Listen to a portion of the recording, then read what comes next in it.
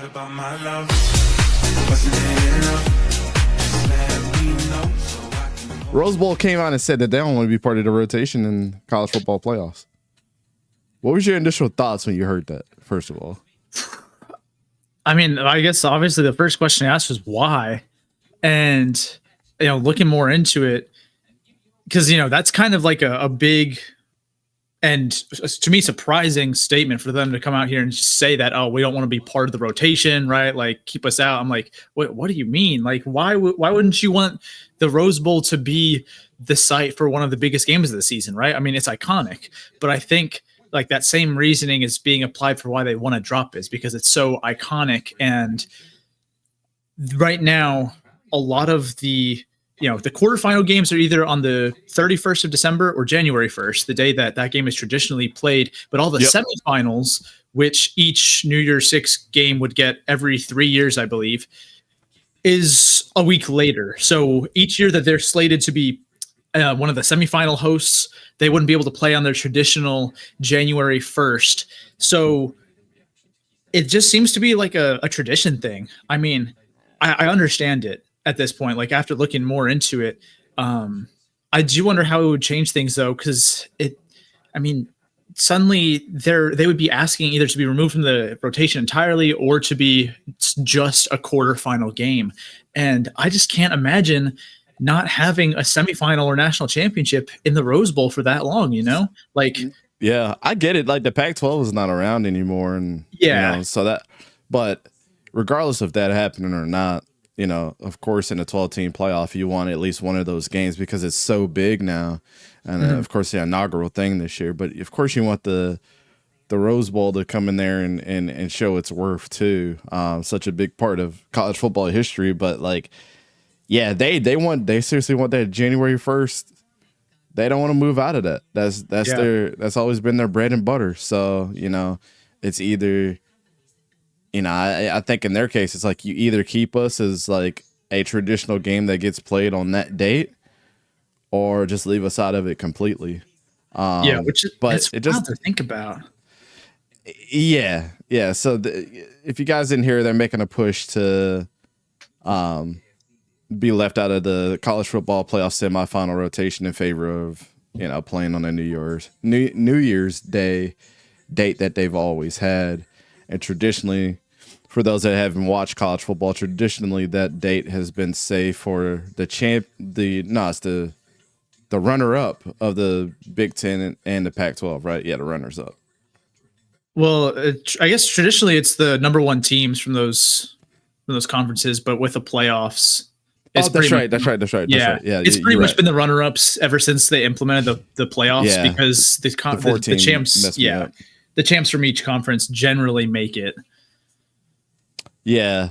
So this is what they kind of had to say per like CBS Sports, because we're the only bowl that has a date as part of our brand in the New Year's Six bowls. It's really imperative for us and important for us. We don't know when there will be a long-term agreement. We're hopeful it would be sooner than later, but that depends on when the CFP has everything ready to go. So there's a lot of gray area with that statement. It's a request that we're aware of, and we made all the bowls aware that they have that request, and we're working through it. I imagine there are going to be requests from other bowls too in regards to, those dates. It doesn't sound right when we don't say New Year's Six bowls. Yeah, it just doesn't sound the same without the Rose Bowl. No. I mean, it's probably the most iconic venue in all of college football. Dare I say, even all of football.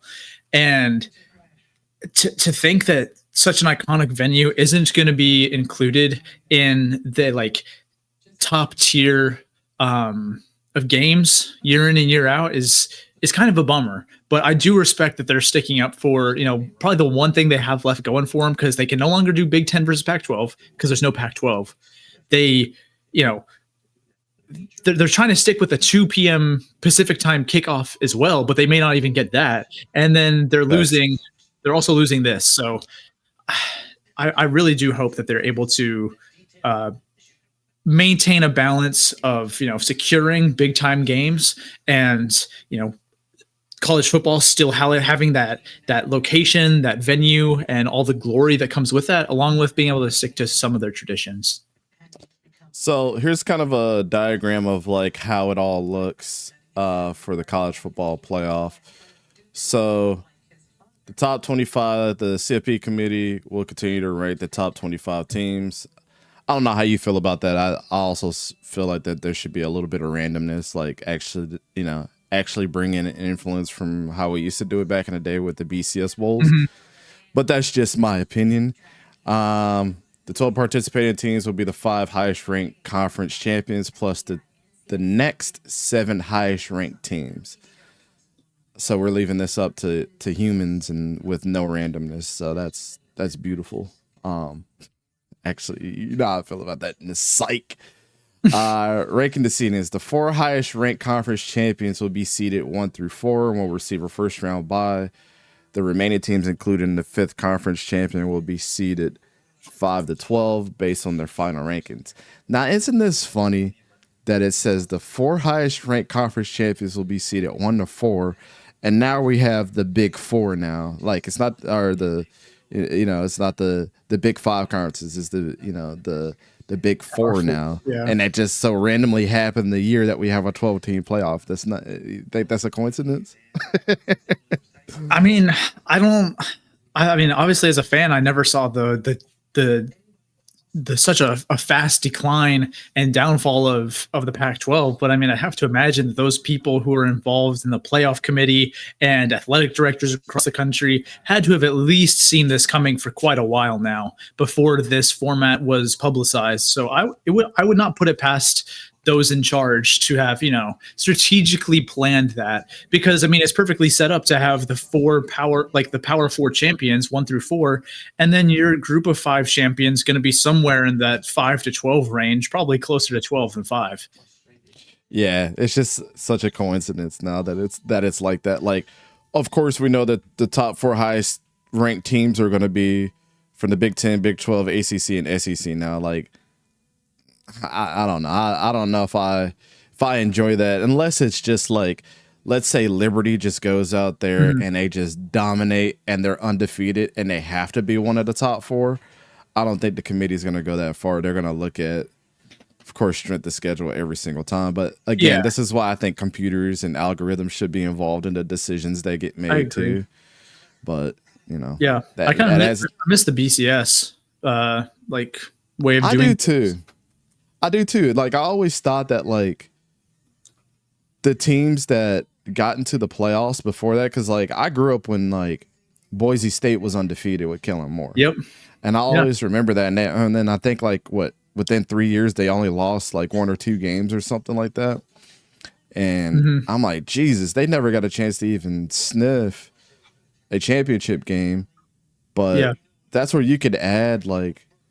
You can add the committee to have a word of like one of these teams, or like, let's say a 12-team playoff, 6 of the teams are chosen by the BCS, the other 6 are voted on by the committee. Like, do it half and half, where it's a good mix of both. Like, because in that aspect, the UCFs of the world and the Boise States of the world probably would have got, the human would have said, let them in.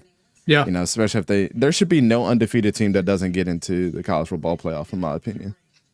I mean, they haven't lost. Like, you can say what you want about their schedule, but that means that they went out there and did everything that they possibly could to get to a national title game. And how can you not reward that? Like, you look back at 2000, I think it was in 2004, Hawaii made the Sugar Bowl. Granted, they got maybe like 2008 or something, but they got their butts kicked by Georgia, sure. But I mean, they were incredible that year. And, they were rewarded with the New Year's Six Bowl. Pretty impressive, but it's just kind of like that, like, wish that they could, at this point, get a top 4 seed. You know what I mean? Because for sure. Now you're kind of looking at things, and, for a team like Liberty to get a top 4 seed, you would either need them to have one heck of a year, or you need an upset to happen with in one of the other like Power 4 conference title games, right? So like if like Florida State is playing like, I don't know, like Boston College or NC State in the ACC championship game, you need Florida State to be upset, right? Yep. Causing that fifth conference champion to be ranked lower than Liberty, right? That'll get them in there. But now you're banking on an upset in probably like their biggest game of the season to date. So it might happen at some point. But teams like Liberty, if you're undefeated, I mean, I would argue that not only should you be in the playoffs, but if you're undefeated, I think that you could make a case for they should be a top 4 seed and have a bye week in the playoffs.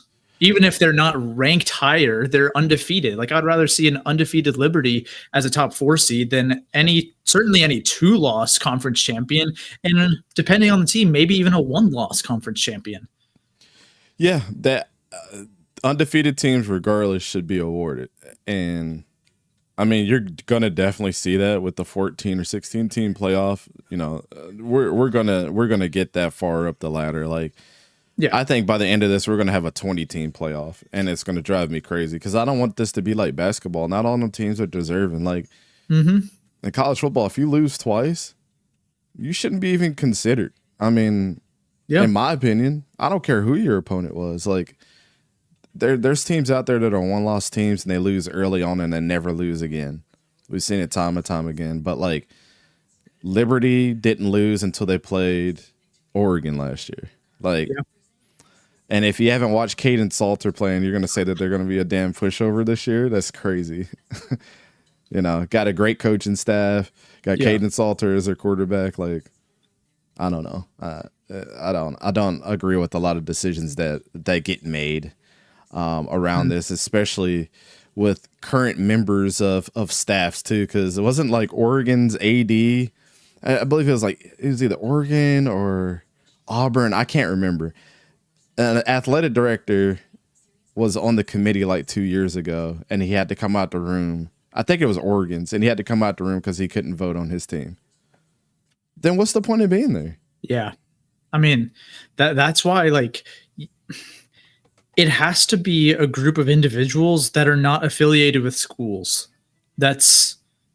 And quite frankly, I mean, even the media are to some degree are probably affiliated with one of the schools.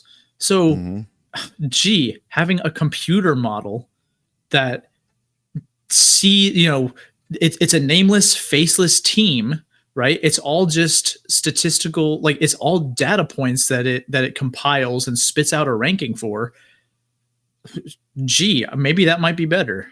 And it's like, well, we had that and we got rid of it for a group of subjective people who have described a list of criteria that they may or may not actually stick with year in and year out. So yeah, I don't know. Corruption sounds too strong of a word, but I do think that group of people, even if they're great guys, whatever, I just don't know if I trust it. I don't know if I trust the playoff committee to get it right. I don't like things that don't have randomness. Like right now with the CrowdStrike thing that happened, like, affected my job, like I told you guys, and like some of the things that have happened is like validity of data, right? So what we're trying to figure out is like, does this, like, you can assume some data from day to day based off of trends and things like that. And even when we're creating forecasts for different things at my job, you have to add a percentage of randomness from what we've seen. And it's the same thing with this too. It's like, you add nothing random at all. Like, yeah, I mean, I get the Florida State thing and why we weren't in it last year, but like, they just add nothing of value into this thing. And I don't know. You got to have randomness, but back to this kind of where I wanted to get to was those playoff quarterfinals. As you see, you got the Fiesta Bowl, the Peach Bowl, the Sugar Bowl, and the Rose Bowl that are going to be for the 4 highest ranked conference champions will be assigned to these bowl games. And then from there, we move on and we're going to have the Orange Bowl and the Cotton Bowl in the semifinals. The number 1 seed will receive preferential bowl placement to the playoff semifinals. And the semifinals will start a week after the quarterfinals, which would be that Thursday and Friday for all those games. Man, I don't know, man. This is weird. It's gonna, we've been so used to the 14 playoff for this long now. I don't know how I feel about the 12-team playoff and them trying to take the Rose Bowl out of a January 1st setting, if that's what their plan is going to be. But I think the Rose Bowl is just trying to prevent that before it even starts, because it's just weird. Yeah, and they're sticking up for themselves. Mm-hmm.